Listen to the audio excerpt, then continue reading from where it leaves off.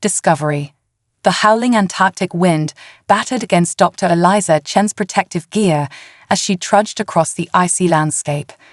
Her team of international scientists followed close behind, their excitement palpable despite the harsh conditions. For months, they had been tracking strange energy readings emanating from deep beneath the ice sheet. Today, they hoped to uncover the source. "We're approaching the epicenter," Eliza called out, her voice barely audible over the wind. She checked the device in her gloved hands, its display showing a rapid increase in the mysterious energy signature. "Whatever's down there, it's big." Dr. Nikolay Volkov, a Russian geophysicist, moved up beside her. "The ground-penetrating radar is picking up something solid, definitely not natural formation." As they neared the site, the wind suddenly died down, as if nature itself was holding its breath in anticipation. The team quickly set up their equipment, preparing to drill through the thick ice. Hours passed as they worked tirelessly, the anticipation growing with each meter they descended. Suddenly, the drill hit something solid. Eliza's heart raced as she peered down the borehole. "We've made contact. Prepare the camera probe." The team huddled around the monitors as the probe descended. At first, all they could see was darkness. Then, a flash of metal. As the camera panned, gasps of awe and disbelief filled the air. It's not possible," whispered Dr. Jamal Abadi, an Egyptian archaeologist. The screen showed a massive structure, clearly artificial, buried deep within the ice. Its surface was covered in intricate patterns and symbols, unlike anything they had ever seen. It was undeniably alien in origin. "How long has this been here?" someone asked. Eliza shook her head, her mind reeling. Based on the ice layers, millions of years, long before humans even existed. As the implications of their discovery sank in, Eliza's satellite phone rang. It was General Marcus Hawthorne of the United Nations Space Command. "Dr. Chen, I hope you have good news for me." The general's gruff voice crackled through the speaker. Eliza took a deep breath. "General, you're going to want to see this for yourself. We found something that will change everything we thought we knew about our place in the universe." Within hours, news of the discovery had leaked. Governments worldwide scrambled to respond as social media exploded with theories and speculation. In New York, the UN Security Council convened an emergency session. Meanwhile, in a hidden facility beneath the Nevada desert, Dr. Samantha Reeves received an urgent call. As the world's leading expert in xenolinguistics, her skills were suddenly in high demand. "Pack your bags, Dr. Reeves," the voice on the other end instructed. "You're headed to Antarctica." As Samantha prepared for her journey, she couldn't shake the feeling that humanity was standing on the precipice of something monumental. Little did she know, her expertise would soon become crucial to the very survival of our species. Back in Antarctica, Eliza's team worked around the clock to excavate the alien artifact. As more of the structure was revealed, they discovered what appeared to be an entrance. The symbols around it pulsed with a faint, otherworldly glow. Dr. Volkov approached Eliza, his face a mix of excitement and concern. "We've translated some of the symbols. It appears to be some kind of warning." Eliza frowned. "Warning about what?" Before Volkov could respond, a low hum emanated from the artifact. The ground beneath their feet began to tremble. "Everyone, back to the surface." Eliza shouted, but it was too late. A blinding light erupted from the structure, enveloping the entire excavation site. When it faded, Eliza found herself standing in what appeared to be a vast, alien control room. Holographic displays flickered to life around her, showing star charts and diagrams she couldn't begin to comprehend. As she stood there, awestruck, a mechanical voice spoke in a language she didn't understand. Then, to her shock, it switched to perfect English. "Greetings, humans. The great filter awaits. Prepare yourselves." With those ominous words, the alien facility began to power up fully. Eliza realized with a mix of terror and exhilaration that humanity's greatest challenge was about to begin. Thousands of miles away, in the depths of space, something ancient and powerful stared. The signal it had been waiting eons for had finally arrived. Earth would never be the same again. As news of the activation spread, governments worldwide went into high alert. Military forces were mobilized, scientists were called into emergency meetings, and the general public oscillated between excitement and fear. In Washington, D.C., President Evelyn Marshall addressed the nation. "My fellow Americans, today we stand at a crossroads in human history. The discovery in Antarctica has confirmed that we are not alone in the universe. While this brings with it great opportunities, we must also be prepared for any challenges that may arise. I assure you, we are working tirelessly with our international partners to understand this alien technology and ensure the safety of our planet." Meanwhile, in a secret bunker beneath the Pentagon, General Hawthorne assembled a task force of the world's brightest minds. Dr. Samantha Rees had just arrived, joining Eliza Chen and other experts from various fields. "Ladies and gentlemen," Hawthorne began, his voice grave, "we're facing an unprecedented situation. Our job is to decipher this alien technology and determine whether it poses a threat to global security. Dr. Rees, you're our best shot at understanding their language. Dr. Chen, nobody knows that artifact better than you. We need answers, and we need them fast." As the team got to work, reports started coming in from astronomical observatories around the world. Strange objects had been detected entering the solar system, moving at impossible speeds. Eliza and Samantha worked tirelessly, poring over the data from the Antarctic site. The holographic displays seemed to be showing some kind of galactic map with Earth highlighted. "It's like a beacon," Eliza mused. "When we activated it, we announced our presence to someone out there." Samantha nodded, her fingers flying over a keyboard as she input new linguistic data. The phrase "great filter" keeps appearing in the translations. In astrobiology, it's a hypothetical stage in a civilization's development that all technological species must pass through. General Hawthorne leaned in, his brow furrowed. "And what happens to those who don't pass through this filter?" Before anyone could respond, alarms blared throughout the facility. A young lieutenant burst into the room, his face pale. "Sir, we've got multiple bodies entering Earth's atmosphere. They're not responding to any communications." The room fell silent as the implications sank in. Humanity's first contact with an alien civilization was about to begin, and it didn't seem like it would be peaceful. As tensions mounted and the unknown objects drew closer, Eliza couldn't help but wonder. Had they just opened Pandora's box? And more importantly, did humanity have what it would take to face whatever was coming? The first part of our story concludes with humanity on the brink of a cosmic encounter, their ingenuity and resilience about to be tested like never before. The stage is set for an epic struggle that will determine the fate of our species and our place in the universe. First contact. The skies above major cities worldwide blaze with streaks of light as the alien vessels entered Earth's atmosphere. In New York, Tokyo, Moscow, and countless other metropolises, millions of people stood transfixed, watching the otherworldly ships descend. At the Pentagon Command Center, General Hawthorne barked orders as screens displayed the incoming vessels. "I want every available aircraft in the air now, and get me a direct line to the President." Dr. Samantha Rees worked feverishly at her station, attempting to decipher more of the alien language.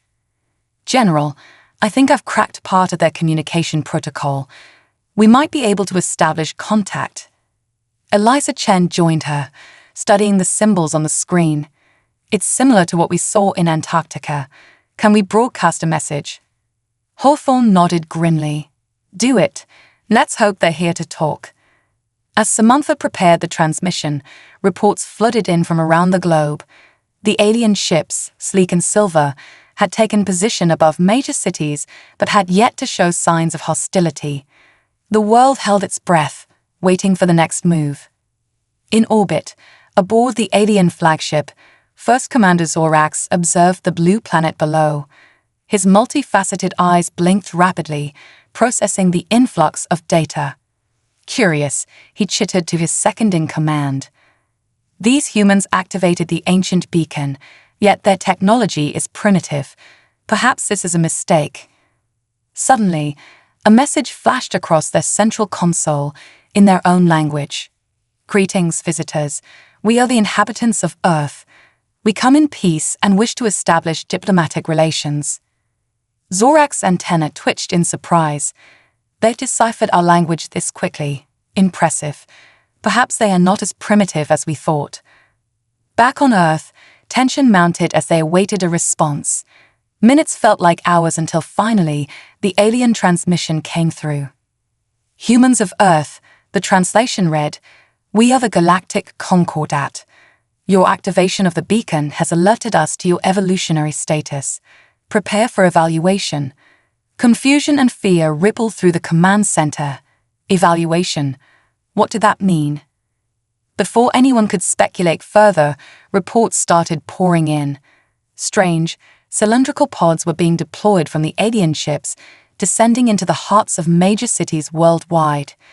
In Central Park, New York, one such pod touched down. Civilians gathered around, a mix of curiosity and apprehension on their faces. The pod's surface shimmered, and a door materialized. Out stepped a being unlike anything humans had ever seen.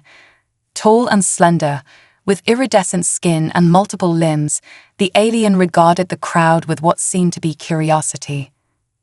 Similar scenes played out across the globe. In each location, the aliens emerged, carrying devices that emitted soft, pulsing lights. At the Pentagon, chaos erupted as feeds from around the world showed the alien visitors. "What are they doing?" Hawthorne demanded. Eliza studied the footage intently. "It looks like they're taking readings, scanning our environment, maybe even us." Samantha's eyes widened as she deciphered more incoming transmissions. "General, they're saying something about a species assessment. I think this is part of their evaluation process." As the aliens continued their survey, humanity's reactions varied wildly. Some approached the visitors with open arms, while others hid in fear. Governments struggled to maintain order as panic began to spread. In Beijing, a group of scientists cautiously approached one of the alien beings, offering a tablet displaying mathematical equations, a universal language. The alien regarded it for a moment before producing its own device, projecting a holographic model of complex orbital mechanics that left the humans awestruck. Meanwhile, in a small town in Brazil, children playfully mimicked the alien's movements, much to the visitors' apparent amusement. The alien produced small, glowing orbs that floated in the air, changing colors as the children laughed and reached for them. These peaceful interactions were not universal, however. In some areas, fear and mistrust led to violence. In Moscow, a group of soldiers, acting against orders, opened fire on one of the alien pods. The resulting energy discharge incapacitated the attackers without causing permanent harm, but the incident raised tensions globally. Back at the command center, Eliza and Samantha worked tirelessly to understand the aliens' purpose. "Look at this," Eliza pointed to a series of readings. "They're not just scanning us. They're analyzing our entire biosphere, air quality, biodiversity, even our planet's magnetic field." Samantha nodded, her fingers flying over the keyboard. "And these transmissions, they're sending massive amounts of data back to their ships. It's like they're creating a complete profile of our world and our species." General Hawthorne frowned. "To what end? Are we being judged?" Before anyone could answer, a new message came through from the alien flagship. "Preliminary assessment complete. Prepare for Phase 2 of evaluation." As if on cue, the alien visitors began to retreat to their pods. Within minutes, they had all returned to their ships, leaving behind confused and awestruck populations. Then, as suddenly as they had appeared, the alien ships began to ascend. Worldwide, people watched as the fleet rose into the sky, their silver hulls glinting in the sunlight. But they didn't leave.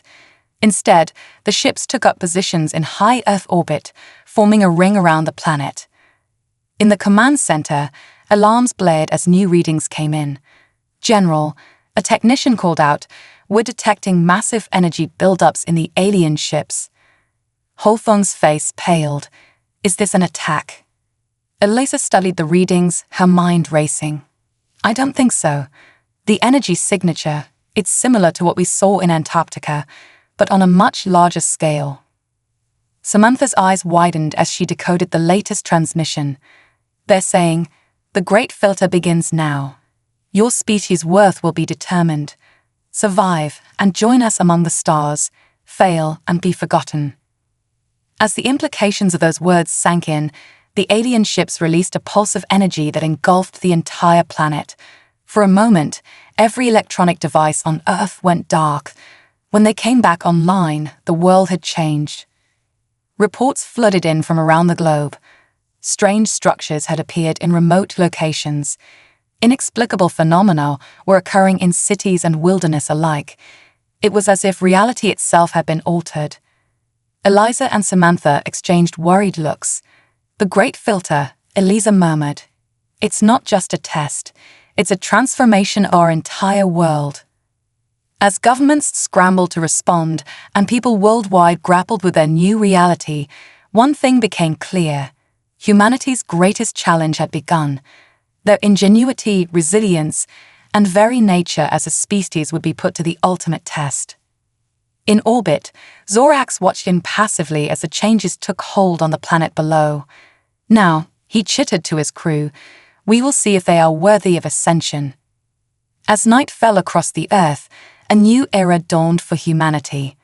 The Great Filter had arrived, and the fate of our species hung in the balance. Would we rise to the challenge, or become just another failed experiment in the cosmic laboratory? The stage was set for a struggle that would push humanity to its limits and beyond, testing not just our technology and knowledge, but our very essence as a species. Invasion begins. The world awoke to a changed Earth. The alien energy pulse had reshaped the planet in ways both subtle and profound. Strange, crystalline structures jutted from the ground in remote locations. Cities found themselves encased in shimmering domes of unknown energy. And most alarmingly, reports flooded in of people developing inexplicable abilities. At the Pentagon Command Center, chaos reigned. General Hawthorne struggled to maintain order as screens displayed scenes of panic and confusion from around the globe. "Status report now," he barked. Dr. Eliza Chen stepped forward, her face pale but determined.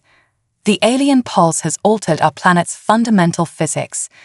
We're seeing localized gravity anomalies, spontaneous energy fields, and, sir, people are changing." Dr. Samantha Rees nodded, pulling up footage on the main screen. "Look at this. A group in Tokyo somehow managed to collectively levitate a crashed car.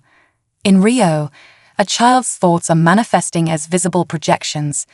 It's as if the pulse has unlocked latent abilities in some humans." Hawthorne's brow furrowed. "Are these changes happening to everyone?" "No," Eliza replied. "It seems random. And for every person developing these abilities, others are struggling to adapt to the changed environment." Before Hawthorne could respond, alarms blared throughout the facility. A young lieutenant burst in, his face ashen. "Sir, we've got incoming. The alien ships are deploying something." On screens worldwide, people watched in horror as the orbiting alien fleet released thousands of objects towards Earth. As they entered the atmosphere, they took shape, sleek, predatory forms that were unmistakably combat units. "This is it," Hawthorne growled. "The invasion begins. All defense forces engage." Across the globe, military units scrambled to face the alien threat.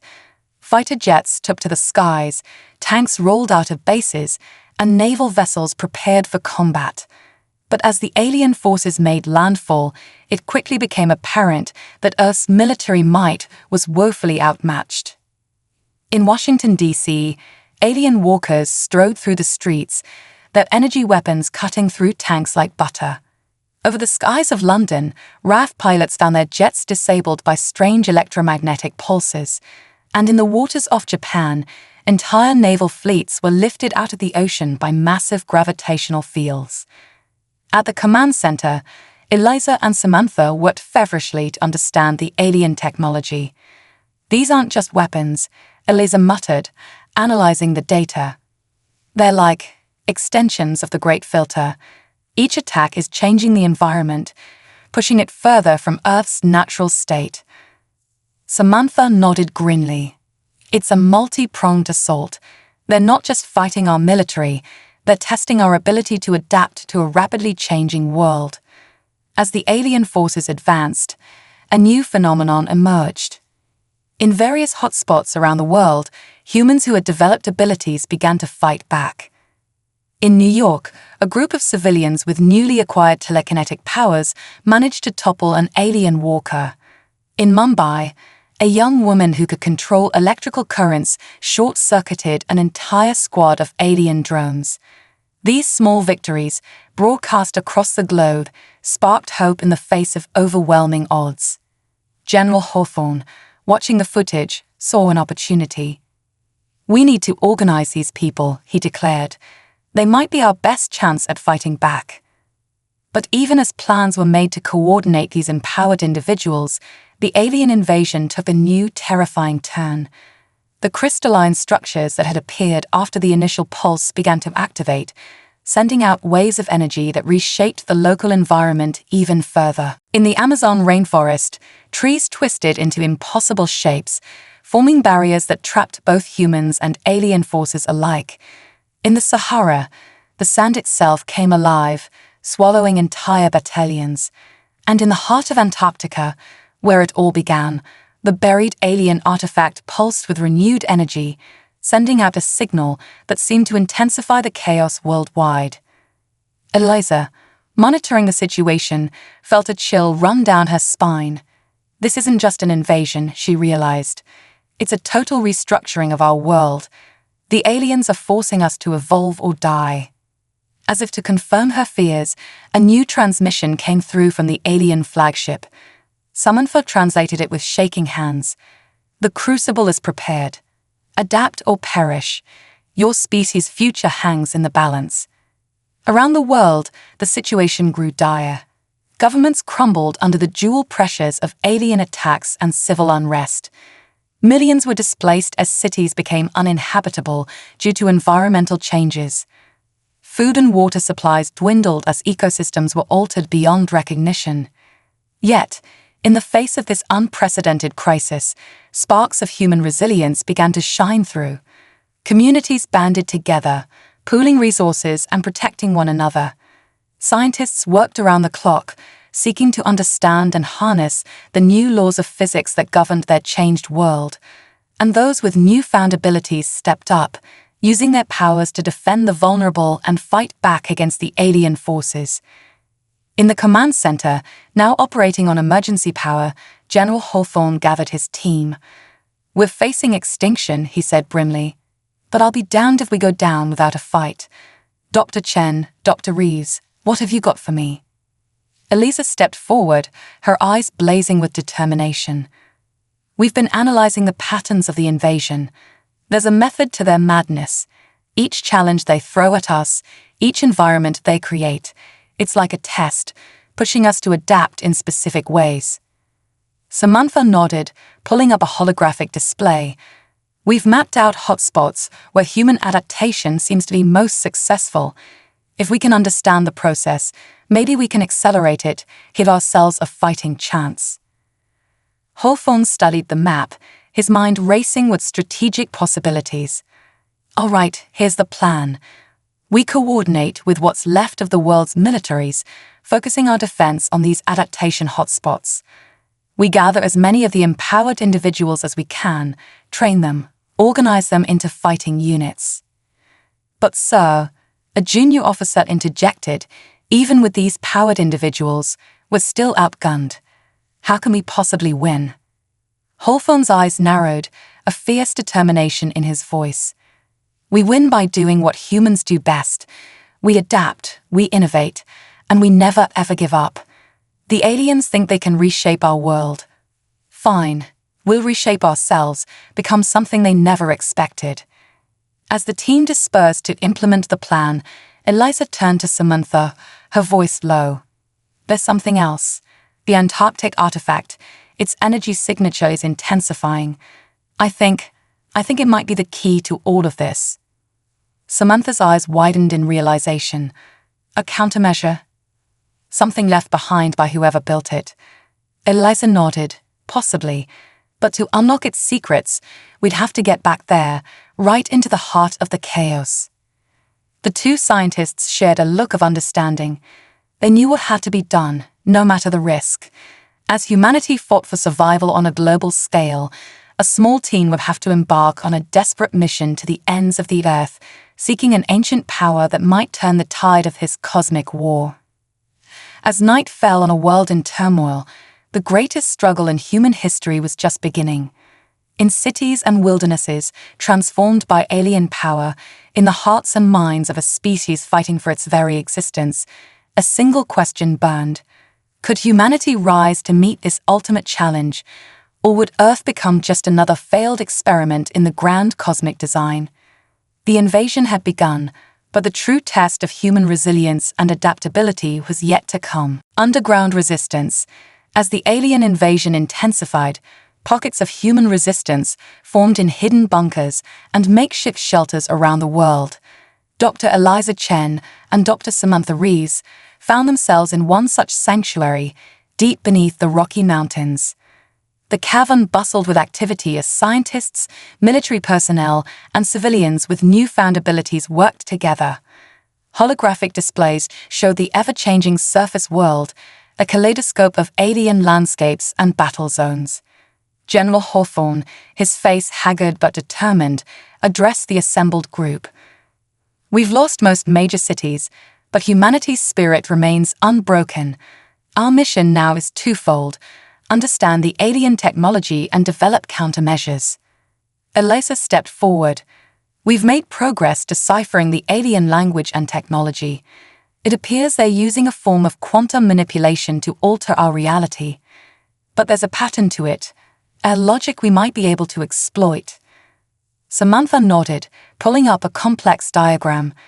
We believe the Antarctic artifact is key. It's not just a beacon, it's a control node for the entire transformation process. If we can reach it and activate it fully, we might be able to reverse the changes. A murmur ran through the crowd. Hope, that most human of emotions, began to flicker in their eyes. Hawthorne's voice cut through the chatter. It won't be easy. The artifact is at the heart of the most heavily transformed zone on the planet.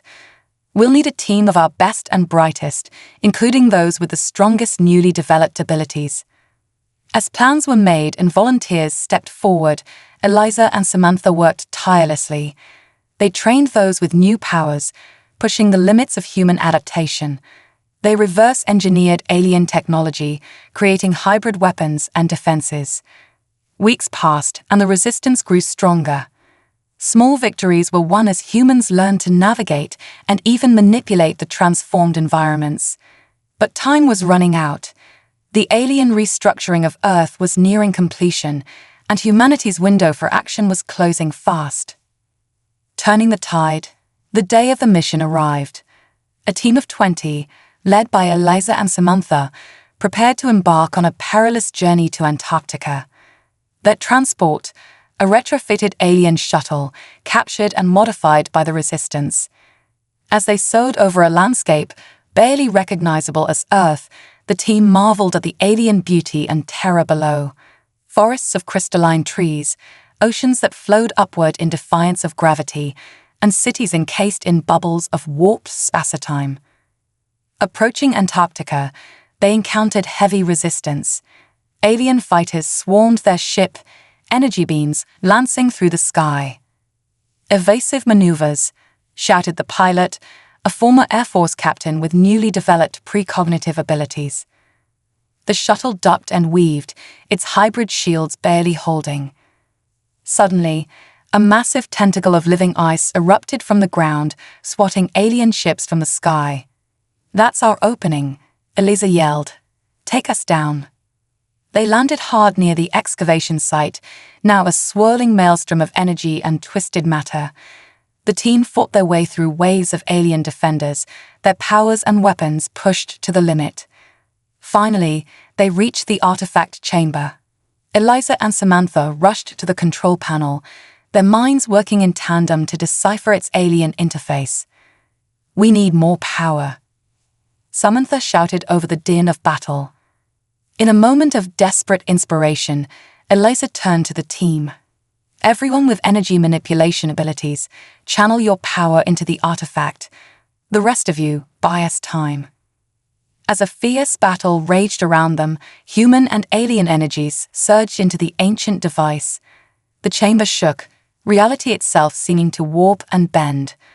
With a final, desperate push, Eliza and Samantha activated the artifact's true purpose.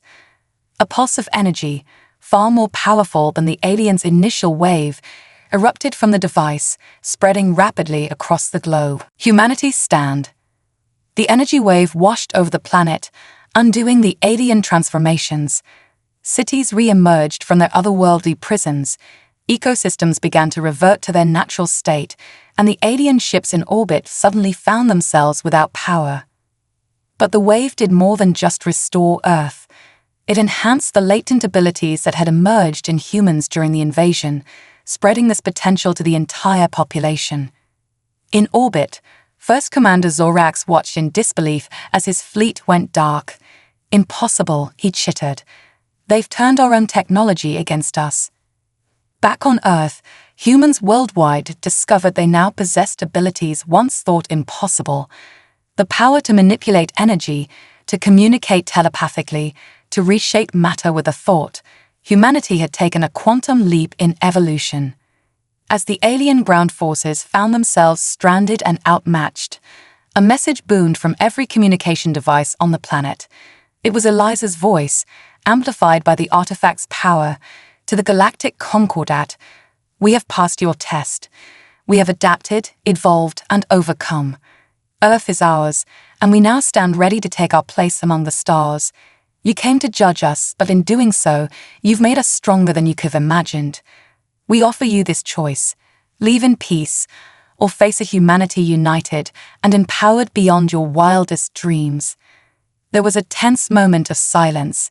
Then, one by one, the alien ships began to retreat, their once mighty fleet now humbled by human ingenuity and determination. In the aftermath, Earth began to rebuild.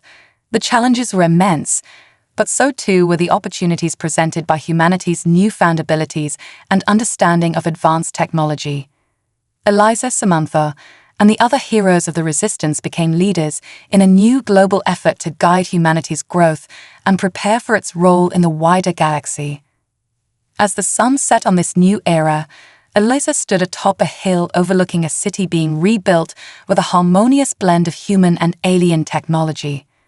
Samantha joined her, a holographic display of the galaxy floating between them. "We did it," Samantha said softly. "We saved our world." Eliza nodded, her eyes fixed on the stars above. "We did more than that. We proved that humanity's greatest strength isn't our technology or even these new powers.